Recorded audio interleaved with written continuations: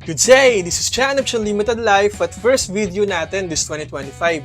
Year 5 na natin sa YouTube at ilang taon na rin tayo ng bubudol. At this time nga pagkapatuloy natin yan, papalitan na natin yung center armrest ng kotse. Yung variant kasi ng auto natin ay walang armrest kaya bumili tayo 3 years ago nung sinasalpak lang sa cup holders. Okay naman siya, unfortunately, bumigay at nasira na. Maluwag na yung fit kaya umaalog-alog na sa biyahe, at the same time hindi na siya nalalak o nailalapat. Bali nakaangat lang siya na ganyan, hindi na nalalapat kahit anong gawin ko. Tas maingay na rin to pag nabiyahe, medyo nakakairita na minsan yung tunog. Tas marami na rin gasgas o tama sa leather at body. Bali more than 3 years ko siya nagamit, so sulit na rin. Anyway, nag-browse tayo online para maghanap ng kapalit and we discovered this item na sa swak sa kotse natin na Honda City. Kaya ayun, napacheck out agad tayo. Exactly 7 days from ordering ay na-receive na natin yung product. Bali galing itong China at ito nga, i-unboxing na natin yung package. So this cost 1,295 pesos. Mas mahal ng konti kumpara dun sa dati na around 1,200 lamang. Pero the suppliers claiming na better daw yung materials na ginamit nila kumpara sa iba. Mas higher daw ang quality. So mamaya mga-validate natin yan once side by side natin yung luma at bago nating armrest.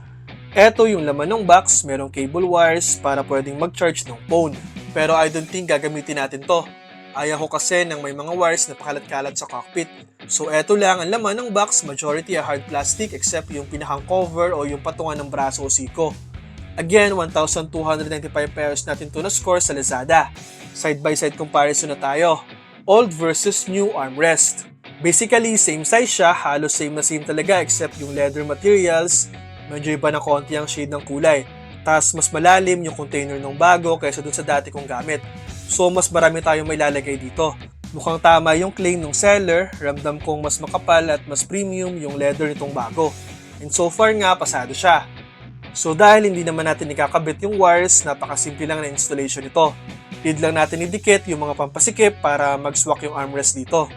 Eto yung mga bilog-bilog na black. Bale, didikit mo lang yan palibot sa body ng armrest. So ganyan. Para hindi maingay at magalaw ang armrest natin habang nagmamaneho. Pero sisikipan pa natin. Dagdagan pa natin ng papel sa mga gilid-gilid para ma-secure. Tas ayan, isushoot, isasalpak na natin sa slot. Adjust lang natin ng konti at ayan na siya. Terno yung armrest sa leather seats at sidings natin. I think for the value na nakuha natin dito, reasonable na yung price na 1,295. The quality is quite good, sana magtagal din tulad ng luma natin. And so far nga okay yung experience natin, hindi maingay, hindi masakit sa ilong yung amoy, malambot at masarap patungan ng braso at siko, malaki ang may lalagay sa loob, tapos secure siya, hindi maalog. Anyway, lalagay ko sa description box ng video yung product link in case gusto nyo bumili na kagaya nito.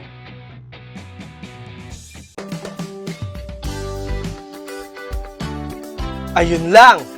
I hope na nakatulong itong video na to. Thank you for watching this content.